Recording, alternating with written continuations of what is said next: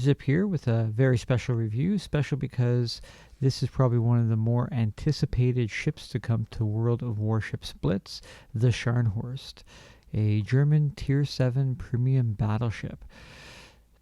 The Scharnhorst is a very interesting ship indeed.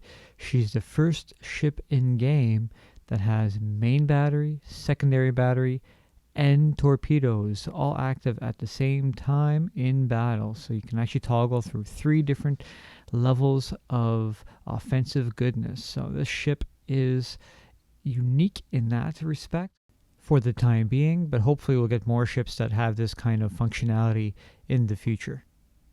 Now, as for the armaments on this ship, the main show are the main guns. We've got 3 turrets with 3 barrels of 283 millimeter low caliber for a battleship. Goodness. Now, on PC, this ship has a very fast reload compared to other battleships because of the lower caliber. In Blitz, we get a 19-second base reload. I think that should have been 18 or even 17 seconds. When you add the supplies that reduce the reload, you can get it down to 18 seconds. So it's not too bad, but you can also hit that with some of the Japanese battleships with the proper equipment and equipment. Now, once you add the equipment to this ship, you get about a 17.5 second, 17.5 something second reload. So it shows 17 on the display. That's what people saw in the initial Wargaming released video on the ship. So it's equipment and supplies, gets you down to 17.5 seconds. That's the way I've configured this ship after trying a few other things. But I do believe that this ship should have had 17 seconds base reload to start to make up for the lower caliber. Likely for the best. With 17 base, she'd probably be too overpowered for cruisers and destroyers. Because with equipment, you probably get it down to about 15-second reload, which is too much for a battleship. Moving on to the secondaries, you've got 4 turrets with 2 barrels and 4 turrets with single barrels. They're 150 millimeters. Very, very accurate secondaries. So the secondaries are like the main guns on some light cruisers. They're good range. 7.5 kilometers if you go with that equipment. Base is 7.15 kilometers. So I kept it at base because of the equipment I went to. But these secondaries only fire AP rounds. They do have a low fire chance of 2%. Not really worth mentioning. I saved the fire discussion about the main guns till right now because the secondaries don't do fire very well or at all. The main guns, you'd expect them to be higher, but they only give you 8% of a fire chance. So 8% is not very much for a 283 millimeter shell, in my opinion. Because these shells bounce like crazy on full-sized battleships with bigger guns, I really think that the fire chance should be 10 to 12% on this ship. I really think 8% is too low. I think that it needs to be buffed to 10 to 12%. Now, we do have the torpedoes. There's 2 3-tube launchers for 533 millimeter torpedoes. They have just under 6 kilometer range. So they can be useful for offense, but are mostly for defense.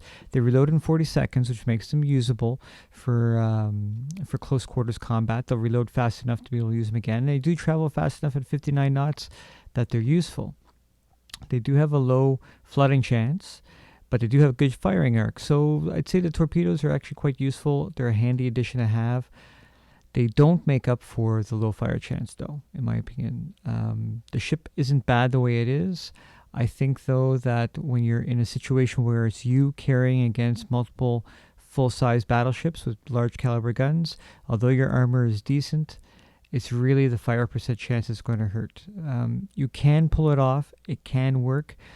But against 2 equally skilled opponents, the regular battleship is going to beat this battleship just because technically this ship is more of a battle cruiser than a battleship the way her armament goes and the way the shells bounce off of battleships designed to withstand 15 and 16-inch guns. That being said, I don't think that the lower fire chance is a deal breaker. This is still a very solid ship. I'm happy to have her. And we'll get into some battles in a little bit, and you'll see her in action. But first, I just want to talk about the camo. I got the package with the camo. You can buy the camo separately if you get the lower price package. It does improve your firing range. I think it's very handy to have the camo for that. Plus, it looks nice. The secondary battery firing range, 6%. That's huge for such accurate guns. That is definitely worth having. All the numbers I gave before for the secondaries were with the camo applied. If you don't have the camo applied, it's around 6 kilometer range on the secondaries, low 6. Torpedo range, 4%. Again, that helps. They're still under 6 kilometers, but just under 6 kilometers instead of just over 5. So definitely the camo is worth having on this ship. It improves your offensive capability notably. Moving on to equipment now. I've tried a number of different things. The first piece of equipment I tried here in the first slot was the secondary battery modification 2, which also improves maximum main battery shell dispersion, reduces it by 20%.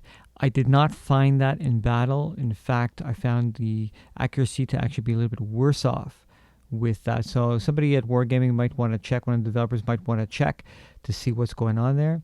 If you got the turret traverse or the secondary reload boost, those things are very handy to have as well. They would work. You can make that work. Ultimately, I decided to go with the reload boost because I found that getting more shots on target in a shorter span of time would help offset the lower caliber on the main guns. So I did go to the 5% reload boost. Now, word of warning, the 5% reload boost does reduce the survivability of the main guns a little bit, by 25% to be precise, which is a good amount because without that even in place, the guns get damaged all the time. So what I did was, as a second slot, because of this fact, I went to the repair time boost. So all my repair times are cut in half on the ship. I can also use supplies to go ahead and boost the repair time, but I found the repair time modification to be useful on the ship because everything breaks all the time with incoming fire. But if you want the steerage or the acceleration boosted, that is also doable. My first configuration, I had the steerage and then the speed boost, but I went to this because I figured just having my turrets less out of action is better without having to use up silver to fix it. Now, the third slot, I went with speed, as I said initially, brings you up over 30 knots. You're 29 knots without it. I found that it wasn't worth having the speed on there. I thought about boosting the survivability, but that only gives you a chance at better survivability. Once it's broken, it's still a long time. So the repair, 50% reduction, plus the traverse acceleration, I think it's a good mix to keep you mobile, to help dodge torps, but also when your turrets get damaged, they repair faster. So, and without having to use supplies. So those are very big things in my opinion. I did boost the AA with the supplies. The ship speed, of course, as well. That's important. My numbers I gave you earlier do involve those supplies. And same thing with the main battery reload. This minus 3% here is why you can get down to that 17.5 second point with the main guns, which is critical to playing the ship, in my opinion. The usual stuff. You can see here that for the boosters, I've got the silver boosters in place. I can earn 17 to 25 I've earned so far. For the elite bonuses, they're all kind of weak. At first I had the damage reduction, citadel protection, but one of my fleet mates told me that really the citadels seem to be pretty low, although I've citadeled quite a few of the Scharnhorsts now at this point.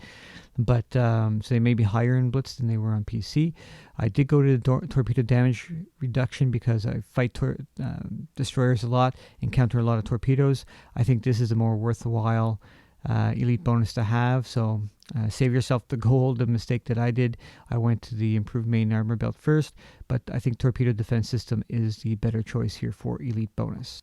Moving on to some battles now. I teamed up with some Spud buddies of mine for some battling with the Scharnhorst. We were all waiting for this ship to drop, and in our excitement we decided to team up together. So this is going to be one of the few reviews where I've actually teamed up with people for the gameplay. I've played this ship a lot solo. Playing as a team, or a team composed of partly Scharnhorsts with other ships, is super great. But playing solo with the ship works as well. I've had just as many wins solo as I have teamed up. So the ship is solid either way, but certainly it's a lot more fun with friends. The ship What makes it fun is the different options you have, the secondaries, the primaries, and the torpedoes. So there's a lot of options there. She's fast enough to get herself into and out of action as necessary. The accuracy on the main guns is decent. The accuracy on the secondaries is outstanding. So really the ship has a lot of offensive firepower that can be brought to bear. However, against full-size battleships with big caliber guns that are designed to go against other battleships with 15, 16-inch guns, you're going to bounce a lot of shots.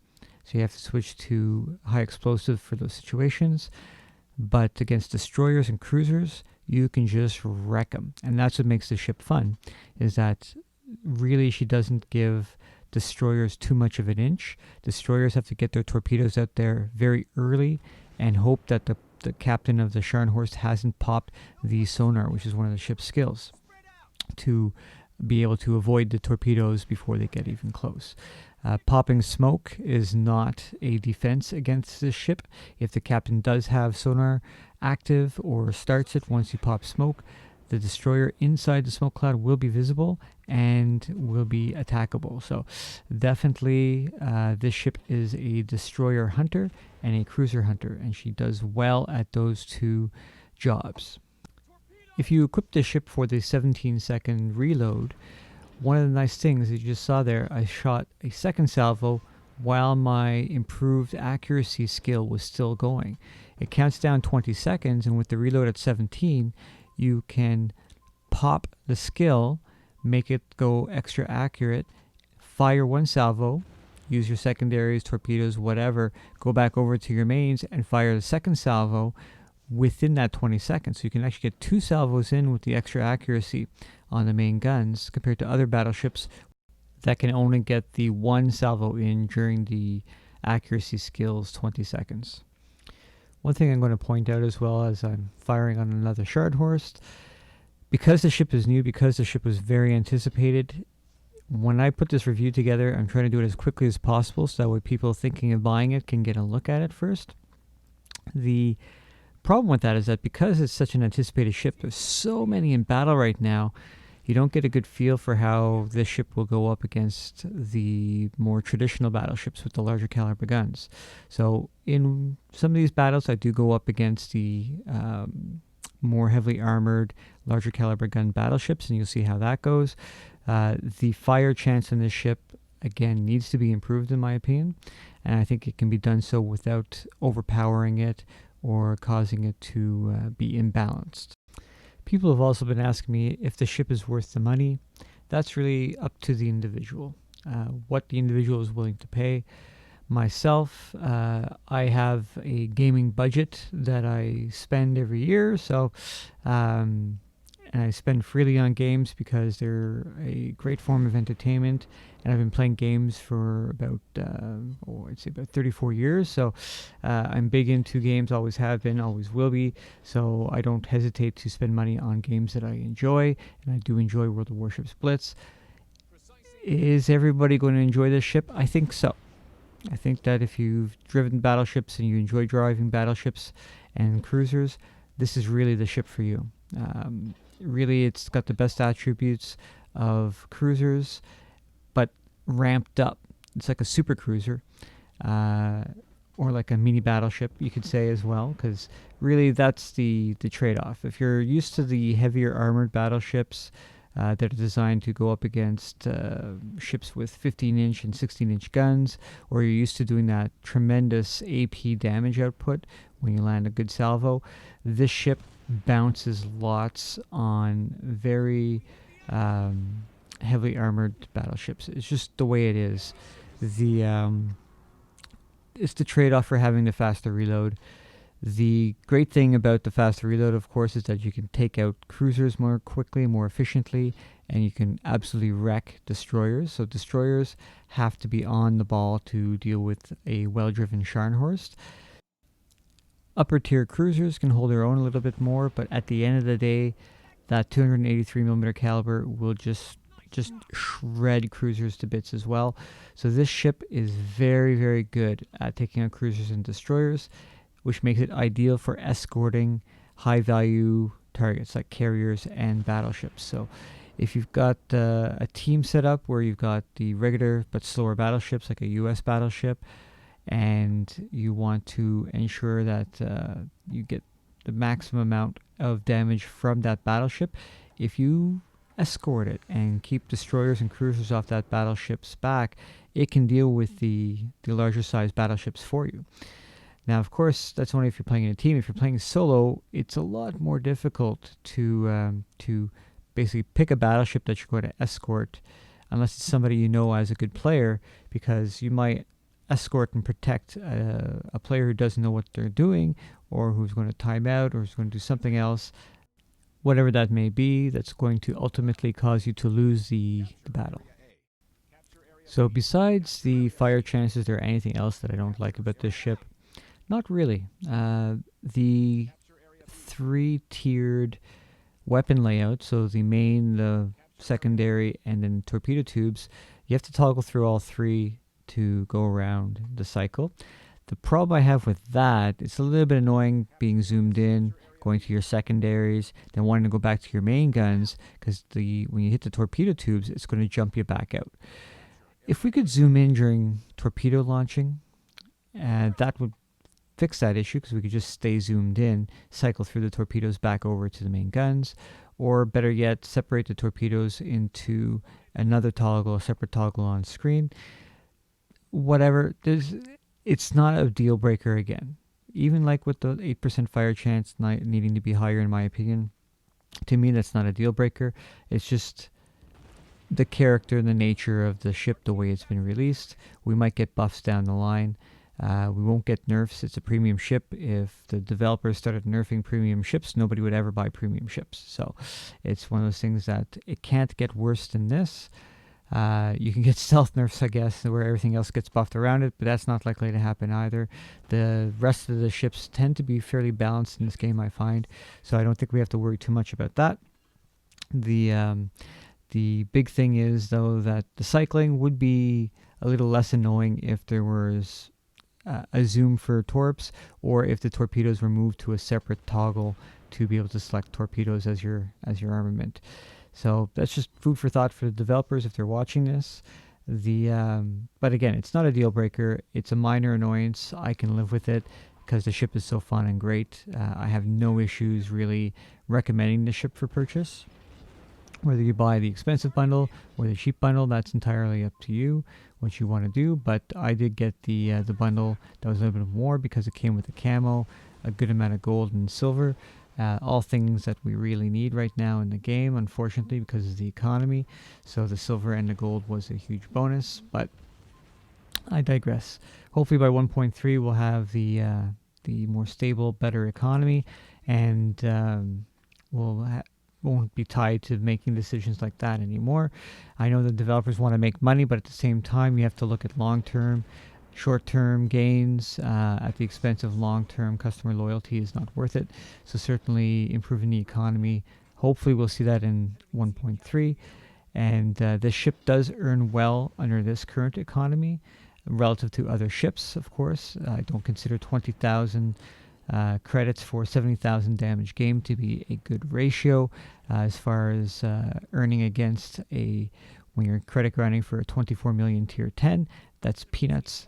So we need to improve the economy, but as far as it relative to other ships, it earns okay. It seems that all premiums, because they have just a flat 25% earning ratio better than a tech tree ship, they all earn about the same for about the same amount of damage output. So what makes the ship a little bit better than the others is the fact that it can get that damage output. The driven well, I think the ship's going to be, for me anyway, about a 60,000 average damage with it, which is pretty good. Some of my other battleships are in the same range, so I'm pretty happy with that. But that's going to be depending on the type of battles I see, because if I see too many battles with the heavier battleships like this Arizona here, the danger is going to be that damage output will be lower because it relies heavily on lighting fires. If they don't light fires, then you're not going to have that good damage output, and you're going to have a harder time beating those opponents. So if that Arizona were accompanied by another full battleship and both were actually firing, this Arizona's not firing on me. I'm not sure why. He's not giving me a hard time. He's just letting me kind of run amok here. But there's a little bit of fire, but really he's maybe he's having a hard time aiming, whatever, maybe bad connection. But in any event, what's happening here is that I can actually do some good damage and take him on, which is awesome. But if this were a healthy Arizona combined with another Arizona, I'd have a really hard time here doing this. So I'd like to see the fire chance improved. So I'll just move on because I'm starting to rant and ramble. So as I want to do, let's go over to the usual question. Would I buy this ship again if my account were wiped out tomorrow? The answer is absolutely yes. This is a super fun ship. The Gallant, the Scharnhorst, I think getting these two ships within a short period of time is just outstanding. I'm having so much fun with both of them. They're my go-to ships. It's actually kind of a little bit of an issue because my grinding ships, my tech tree ships that I'm trying to grind, I'm spending more time gravitating over towards my premium ships and enjoying playing those more. So because it's just so much fun that my progression on the tech tree ships has slowed down a bit because of it. It's probably because these ships are new and they're all shiny and I want to play them more often than not. So that's probably just all it is. But they are so fun that I can see myself getting years of enjoyment out of these ships. Of course, assuming the economy improves and the game survives. Now, some of you might have just heard me say that and go, well, maybe I shouldn't buy this if the game's not going to survive. Of course the game's going to survive. It's not going to disappear.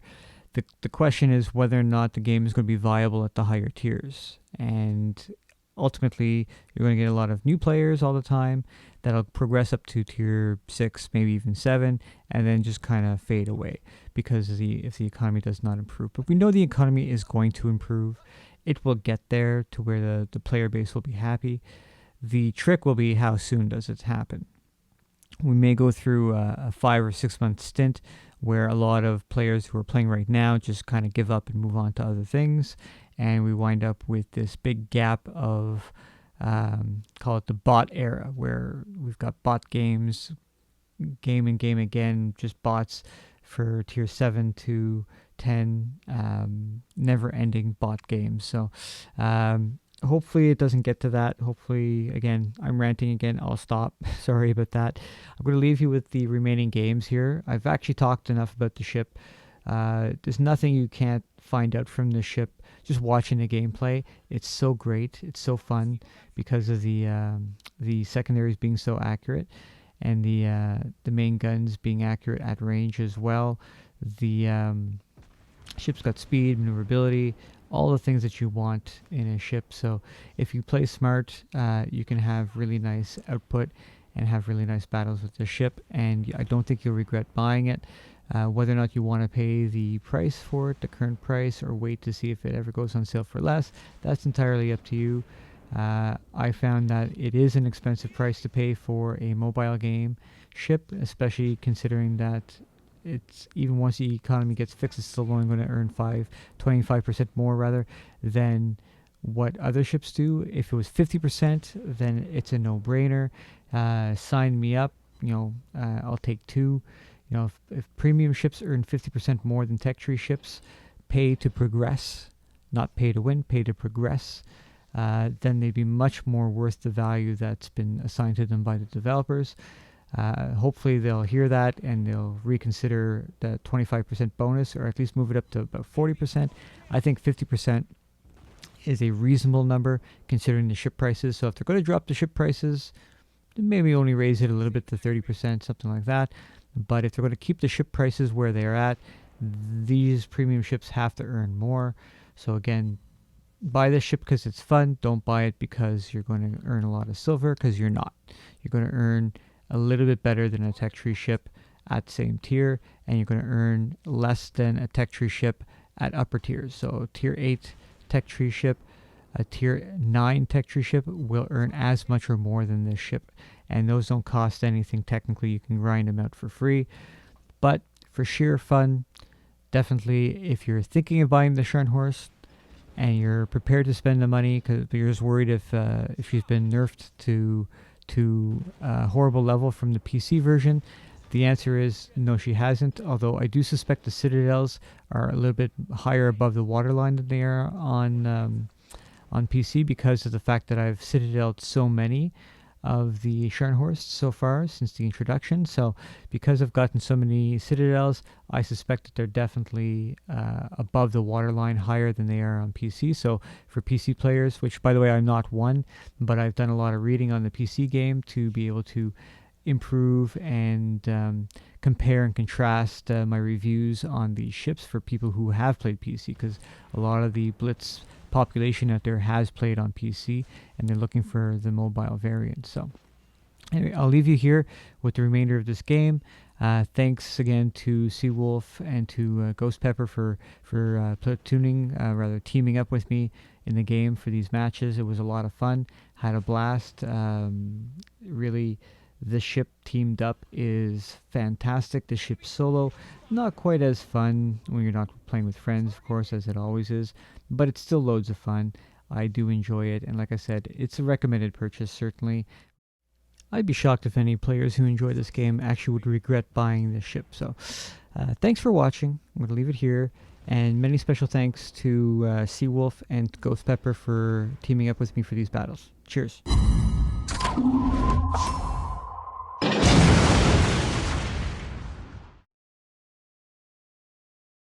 Torpedoes!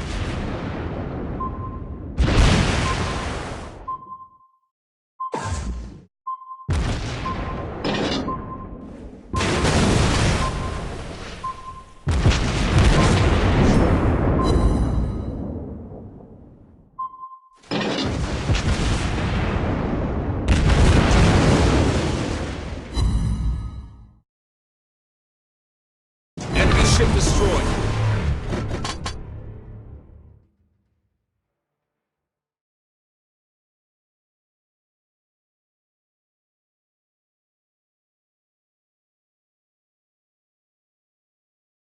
I appreciate it.